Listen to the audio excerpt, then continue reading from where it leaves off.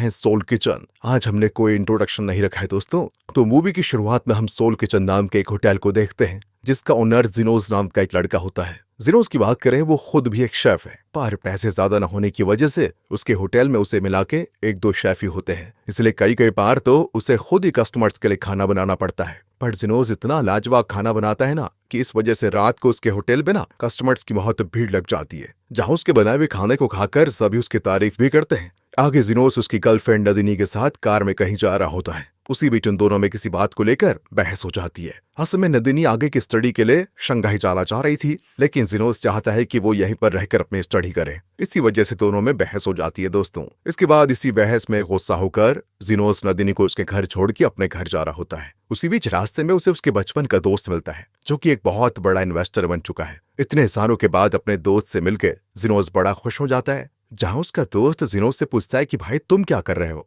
जिनोस बताता है कि यार खुद का होटल है, उसी में पैसे आ रहे हैं, 2 रोटी चल जाती है बस। उसका दोस्त भी कहता है कि कोई नहीं, बढ़िया बात है और मुझे तुमसे मिलकर खुशी भी। ये कहकर दोस्तों वो चला जाता है। पर पता नहीं ये देखकर जिनोस को थोड़ा अजीब क्यों लगता है, क्योंकि वो ना उससे और बात करना चाहता था, लेकिन उसका फ्रेंड तो बहुत तेजी में था। इसके बाद एक रात नदिनी के घर वाले एक होटल में डिनर कर रहे होते हैं, जहां वो डिनर के लिए जिनोस को भी इनवाइट करते हैं, लेकिन इन दोनों का वहां भी लड़ाई झगड़ा शुरू हो जाता है। तब नदिनी की दादी दोनों को शांत होने के लिए कहती है। उसी समय दोस्तों हम उस होटल के शेफ को देखते हैं, जिसका एक कस्टमर के साथ खाने को लेकर झगड़ा हो रहा था। असल में एक कस्टमर को उनकी बनाई हुई डिश पसंद नहीं आई, इसलिए वो कह रहा था कि तुमने अच्छा खाना नहीं बनाया। और ये शेफ ना बहुत अकड़ू होता है, वो ये मानने को तैयार ही नहीं होता कि मेरी बनाई हुई चीज खराब हो सकती है। कुछ देर के बाद उस होटल का ओनर वहां पर आता है और शेफ को कस्टमर से ऐसे अकड़ के बात करते हुए देखकर उसे तुरंत जॉब से निकाल देता है। आगे हम देखते हैं कि जिनोस उसी शेफ के पास जाता है जिसे होटल से निकाल दिया गया था, और उसे अपने होटल सोल किचन में काम करने के लिए इनवाइट करता है। अब क्योंकि उस शेफ की भी नौकरी चली गई थी, तो वो तुरंत हाँ कर देता है, क्योंकि नौकरी तो चाहिए भाई।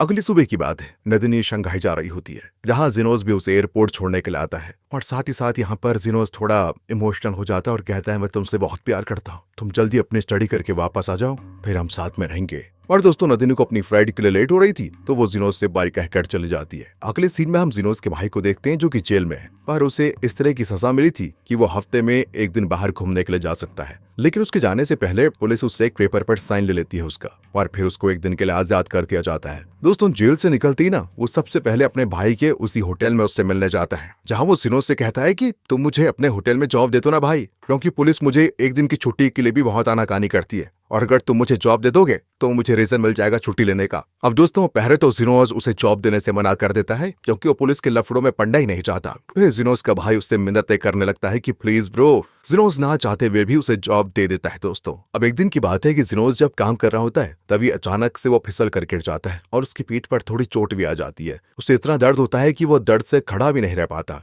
जिससे होटल के सभी शेफ उसे हॉस्पिटल लेकर जाते हैं। पर वो उन सभी को हॉस्पिटल जाने से मना कर देता है, क्योंकि वह दवाइयों में अपना पैसा खर्च नहीं करना चाह रहा था, और सभी से कहता है कि मैं ठीक हूँ, ये कहकर घर चला जाता है। उसी रात की बात है, जिनोस नदिनी से वीडियो पर बात करता है, जहां वो नदिनी को आज उसके साथ ये जो हादसा हुआ, उसके पेट पर जो चोट लगी, उससे बता देता है। अब नदिनी उसे एक डॉक्टर के बारे में बताती है, जो कि उसकी फ्रेंड है। साथ में ये भी कहती है कि वह तुम्हें पूरी तरह से ठीक कर देगी, उसके पास जाओ तो जरा। जिनोस भी कहता है कि ठीक है, मैं उसके पास चेकअप के लिए चला जाऊंगा। साथ ही साथ दोस्तों जिनोस नदिनी को बताता है कि यार तुम्हें मैं बहुत मिस कर रहा हूँ, जल्दी वापस आ जाओ ना तुम। अब अगली सुबह जिनोस एक बुक की दुकान में जाके चाइना की कुछ किताबें खरीद लेता है, क्योंकि शंघाई चाइना कंट्री में आता है, जिस वजह से अगर जिनोस चाइना जाएगा तो उसे वहां की भाषा भी आनी चाहिए। इसलिए वो उन किताबों को लेके चाइना की लैंग्वेज को सीखने लग जाता है। अब आगे जिनोस उसी डॉक्टर के पास जाता है जिसके बारे में नदिनी ने उसको बताया था। वो डॉक्टर उससे कहती है कि तुम्हें जल्दी अपने बैक का ऑपरेशन करा लेना चाहिए, नहीं तो प्रॉब्लम हो जाएगी, और नहीं कराए तो साथ ही साथ इसका दर्द बहुत बढ़ेगा। पर दोस्तों जिनोस कहता है कि नहीं, मैं ऐसे ही कुछ दिनों में ठीक हो जाऊंगा, ऑपरेशन की जरूरत है ही नहीं। इतना कह के वो डॉक्टर की बातों को बिल्कुल इग्नोर कर देता है। अब आगे जिनोस होटल में काम कर रहा होता है कि तभी वो शेफ जिसे जिनोस ने अपने होटल में काम करने के लिए रखा था ना, याद है ना आपको, वो शेफ होटल में आता है। पर होता यह है कि उस शेफ को ना जिनोस के होटल का मेन्यू पसंद नहीं आता। वो कहता है कि मैं अपने पसंद का खाना बनाऊंगा और मेन्यू भी मेरे हिसाब से होगा। पर दोस्तों जवाब में जिनोस कहता है कि सुनो मेरी बात, यहाँ पे कुछ भी नहीं बदलेगा, अगर तुम्हें काम करना है तो करो, वरना यहाँ से चले जाओ। वो शेफ भी दोस्तों गुस्सा होकर जाने ही लगता है। पर तभी जिनोस सोचता है कि यार मेरी तबीयत भी ठीक नहीं है और मैं ज्यादा कमा भी नहीं पाऊंगा, साथ ही साथ होटल में शेफ की भी तो जरूरत है। जिनोस भागते हुए उस शेफ के पास जाकर कहता है भाई तुम जैसा चाहोगे वैसा ही होगा। और इस तरह दोस्तों वो होटल में काम काम करने के लिए वापस मान जाता है। अब उसी वक्त इनकम टैक्स वाले जिनोज के होटल में आ जाते हैं। उससे कहते हैं कि तुम्हारा टैक्स दिन ब दिन बढ़ता जा रहा है और तुमने जरा भी टैक्स नहीं भरा है, क्या बात है? वो कहता है देखिए अभी मेरे पास पैसे तो नहीं है, तो मैं कहाँ से टैक्स भरूं आपका। लेकिन दोस्तों इनकम टैक्स वाले पैसे के बदले उसका म्यूजिक सिस्टम उठाकर अपने साथ लेकर चले जाते हैं। लेकिन इससे उनके होटल को कुछ प्रॉब्लम नहीं होती, क्योंकि उसी रात होटल में काम करने वाले कुछ लोग रात को कस्टमर्स के लिए खुद ही गाना लगा देते हैं। दूसरी तरफ वो न्यू शेफ ना अपने मनपसंद खाना बनाकर कस्टमर्स को खिला देता है, लेकिन कस्टमर को वो खाना बिल्कुल पसंद नहीं आता, जिस पर वो सभी उठ के चले जाते हैं। ये देखकर जिनोज गुस्से में सभी शेफ और वर्कर्स को घर चले जाने के लिए कह देता है और खुद भी घर जाने वाला होता है। तभी वहां पर जिनोज का वो इन्वेस्टर फ्रेंड उसके होटल में आता है। याद है ना उसका वाला फ्रेंड? वो जिनोज को टेंशन में देखकर उससे कहता है कि चलो कहीं बाहर घूम के आते हैं। और दोस्तों आगे बातों ही बातों में वो कहता है कि मेरे पास काफी पैसे हैं, साथ ही साथ मैं तुम्हारा ये होटल खरीदना चाहता हूँ, क्या कहते हो? असल में दोस्तों उसका वो फ्रेंड ये होटल खरीद कर दुगने दाम में बेचना चाहता था। मतलब उसका काम ही यही था कि कम दाम में खरीद के दुगने दाम में बेचे। बट जिनोज तो बिल्कुल साफ मना कर देता है कि भाई होटल तो मैं बेचने से रहा, क्योंकि मैं अपने होटल से बहुत प्यार करता हूँ, उसे अपना घर मानता हूँ। और इस तरह वो अपने फ्रेंड से मना करके अपने घर आ जाता है। अगली रात जिनोज के होटल में कस्टमर्स की भीड़ लग जाती है, क्योंकि सभी लोगों को न्यू शेफ के कुछ डिशेस अब पसंद आ रहे थे और साथ ही साथ वो जिस तरह खाने को सजाता था वो अभी सभी लोगों को काफी पसंद आ जाता है। दूसरी ओर दोस्तों जो लोग जिनोज के होटल में गाना गाते थे वो अपने साथ कुछ और म्यूजिकल इंस्ट्रूमेंट लेकर आते हैं, जिससे कस्टमर्स को खाना खाते हुए थोड़ा एंटरटेनमेंट भी पूरा मिल जाता है। धीरे धीरे जिनोज के होटल में वापस खाने को लेकर लोगों की भीड़ हो जाती है और सभी उसके होटल की खूब तारीफ भी करते हैं। ये देखकर जिनो बड़ा खुश होता है कि चलो तरक्की हो रही है होटल की। अब दोस्तों जिनोज का भाई है ना जो, वो हफ्ते में एक बार होटल में आता है और पूरे मन से काम करता है। अब एक दिन जिनोज सोचता है कि मैं नंदिनी से मिलने शंघाई जाता हूँ जरा, पर साथ ही साथ वो ये भी सोचता है कि अगर मैं जाऊंगा तो होटल को किसके भरोसे छोड़ के जाऊंगा। अब उसको एक मैनेजर की जरूरत है जो कि उसकी खैर हाजिरी में होटल पर ध्यान रखेगा। तो इसके चलते वो अपने एक शेफ से इस बारे में बात भी करता है, पर वो मैनेजर बनने से साफ इनकार कर देती है और कहती है तुम किसी और से पूछ लो, मेरा मैनेजर बनने में कोई इंटरेस्ट नहीं है। आगे हम देखते हैं कि जिनोज का होटल दोस्तों अब काफी जोरों से चलने लग जाता है, जहां उसके होटल में अब कस्टमर्स की बहुत भीड़ लग जाती है और ये सब कुछ उस न्यू शेफ की वजह से हुआ होता है। उसका बनाया हुआ खाना लोगों को इतना पसंद आता है कि बस वो बार बार आते हैं। मतलब एक तरफ से जिनोज के होटल में अब पैसों की बारिश होने लगी थी, जिस वजह से जिनोज होटल को पूरा चेंज करके नया बना देता है। साथ ही साथ वो उसी शेफ से फ्री टाइम में नए नए डिशेस बनाना भी सीखता है। अब जिनोज के होटल को बढ़ता हुआ देखकर उसका इन्वेस्टर फ्रेंड उससे कहता है कि भाई मुझे बेच दे ये होटल, लेकिन दोस्तों जिनोज उसे फिर से होटल बेचने से मना कर देता है। साथ ही साथ कहता है कि मेरे होटल को खरीदने के बारे में कभी सोचना भी मत। अब हम देखते हैं कि जिनोज अपने ही भाई को उस होटल का मैनेजर बना देता है, क्योंकि वो किसी और पे भरोसा नहीं कर पा रहा था। जहां उसका भाई भी वादा करता है कि भाई मैं पूरी ईमानदारी से इस काम को करूंगा। अगली सुबह जिनोज अपने भाई के साथ प्रॉपर्टी ऑफिस में जाके एक कॉन्ट्रैक्ट पेपर बनाता है, जिस पर उसका भाई साइन कर देता है और अब से होटल का पूरा ध्यान जिनोज का भाई रखेगा। और दोस्तों फिर वो नदीनी से मिलना शंघाई जा सकता है। वो एयरपोर्ट फ्लाइट के लिए जा ही रहा होता है, उसी बीच में वहां पर नदिनी उसको मिल जाती है। नदिनी बताती है कि मेरी दादी की मौत हो चुकी है, इस वजह से मैं वापस आ गई और मैं आखिरी बार अपनी दादी को यहाँ पर देखने आई हूँ, मतलब उनको श्रद्धांजलि देने आई हूँ। इसके बाद मैं फिर से शंघाई चले जाऊंगी। नदिनी के साथ दोस्तों एक और लड़का भी होता है जो कि शंघाई में उससे मिला था और लगता है दोनों काफी अच्छे दोस्त बन गए हैं। तभी जिनोज उससे कहता है कि मैं भी तुम्हारे साथ शंघाई चलूंगा, क्या कहती हो? नदिनी दोस्तों उसकी बात सुने भी नहीं चली जाती है, लगता है बाहर जाके बदल गई लड़की।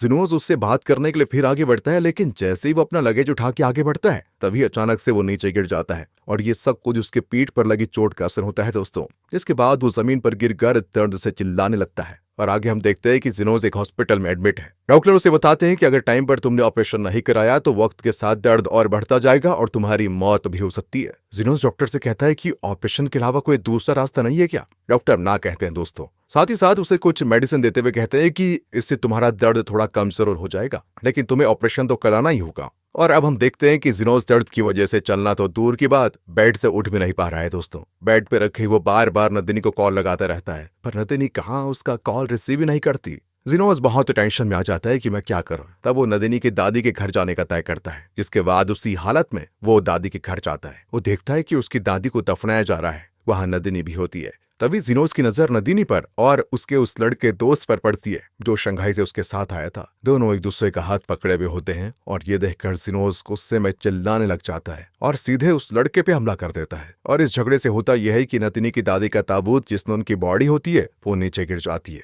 जहां सभी लोग जिनोज पर गुस्सा हो जाते हैं और उसे वहां से भगा देते हैं। दूसरी ओर जिनोज का भाई होटल को अच्छे से चला रहा होता है और एक दिन दोस्तों वही इन्वेस्टर फ्रेंड इनके होटल में आता है। क्योंकि उसे पता था कि जिनोस बीमार है, तो ये अच्छा मौका है इस होटल को उसके भाई से खरीद लेने का, जिस पर वो उसके भाई से उसके साथ कार्ड्स खेलने के लिए कहता है। वो भी मान जाता है। पहले तो जिनोस का भाई बड़ी आसानी से जीत रहा था और ये देखकर इन्वेस्टर उससे कुछ पैसों में खेलने के लिए कहता है और यही उसे फंसाने के लिए दोस्तों उसकी चाल थी। उसका भाई सोचता है कि मैं तो जीत ही रहा हूं तो थोड़े पैसे लगा ही देता हूं, और दोस्तों जब पैसे लगते हैं तो पूरा उल्टा हो जाता है। जिनोस का भाई हारने लग जाता है और इतना हारता है कि उसे कुछ मिलियंस अब इन्वेस्टर को देने थे। अब इन्वेस्टर उससे कहता है कि देखो, या तो तुम मुझे अपना होटल बेच दो या फिर कर्जे में चले जाओ। उसके पास दोस्तों कोई रास्ता नहीं बचा था, इसलिए अगले ही दिन जिनोस का भाई होटल के प्रॉपर्टी पेपर्स इन्वेस्टर को दे देता है और इसी के साथ इन्वेस्टर बन जाता है होटल का नया मालिक। बेचारा जिनोस जैसे ठीक होके होटल पहुंचता है तो बताओ क्या झटका लगा होगा उसे पता चलता है कि उसके होटल को उसके भाई ने बेच दिया है। वो अपने भाई पर बहुत चिल्लाता है कि ये क्या क्या तुमने,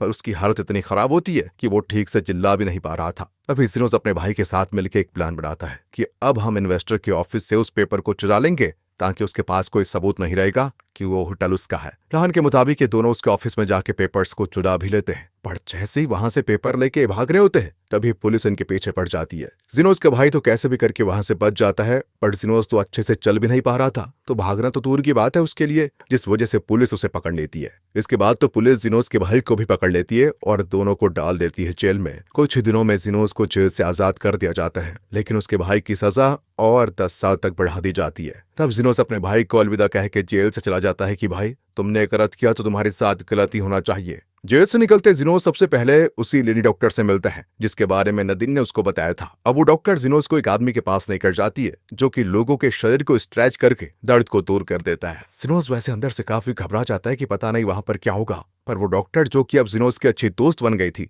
वो उससे कहती है डरो मत, सब कुछ अच्छा होगा। इसके बाद वो जिनोस को अंदर लेकर जाते हैं जहां वो आदमी जिनोस को पीछे से पकड़कर एक ही बार खींचता है और उसका पूरा दर्द दोस्तों चुटकी में गायब। अब वो बहुत ही अच्छा महसूस करने लग जाता है। यहाँ से हम कुछ दिनों के बाद का सीन देखते हैं जहां जिनोस एक फैक्ट्री में चीजों को गाड़ी से ट्रांसपोर्ट करने का काम कर रहा है, क्योंकि अब उसके पास अपना होटल तो है नहीं। तब एक दिन नदिनी उससे मिलने वहां पर आती है, उसे डिनर के लिए इनवाइट करती है। ये दोनों साथ में बैठकर डिनर कर रहे होते हैं जहां नदिनी उससे माफी मांगती है और साथ ही साथ बताती है जब मैं शंघाई गई थी तब मेरी मुलाकात उस लड़के से हुई और जल्दी हम दोनों शादी भी करने वाले हैं। जिनोस भी दोस्तों थोड़े गुस्से में लेकिन ठीक मन से उसे माफ कर देता है और यहीं से दोनों के रास्ते अलग अलग हो जाते हैं। आगे जिनोस अपने सोल किचन होटल के पास जाके उसको देखने लग जाता है और याद करता है कि किस तरह वो उसको पहले चलाता था। उसी वक्त तो अपने होटल को फिर से खरीदने का सोचता है कि नहीं, ये मेरी प्रॉपर्टी है, ये मेरी ही होकर रहेगी, और इसी के चलते वो नदिनी के घर जाकर उससे कुछ पैसे मांगता है। नदिनी भी उसको बिना कुछ कहे उसे जितने पैसे चाहिए दे देती है, क्योंकि एक तो पहले ही उसने जिनोस का दिल तोड़ के अच्छा नहीं किया था और सोचती है कि अब मुझे इसके लिए कुछ करना चाहिए, तो वो उसको 2 लाख यूरो का चेक देती है। लेकिन यहाँ जिनोस के लिए एक अच्छी खबर ये होती है कि पुलिस ऑफिसर्स उसके इन्वेस्टर फ्रेंड को अरेस्ट कर लेते हैं, क्योंकि एक तो उसने बहुत समय से टैक्स नहीं भरा था और दूसरा पुलिस के पास ये भी सबूत था कि वो प्रॉपर्टी की हेराफेरी करता था। बस दोस्तों इसी के चलते पुलिस उसे अरेस्ट कर लेती है और जिनोस फिर से सोल किचन को खरीद लेता है। सोल किचन की नई तरह से होती है शुरुआत, जहां पर हम देखते हैं तो वो नए नए खाने के डिशेस बना के उसी डॉक्टर लेडी को खिला देता है, जहां दोनों अब एक दूसरे से प्यार करने लगे हैं। इसी के साथ ये मूवी यहाँ पर खत्म हो जाती है। दोस्तों अगर आपको वीडियो अच्छी लगी हो, स्टोरी अच्छी लगी हो, एक्सप्लेनेशन अच्छा लगा हो तो लाइक कीजिए, चैनल को सब्सक्राइब। मिलते हैं अगली वीडियो में, ध्यान रखेगा अपना, and finally thanks for watching.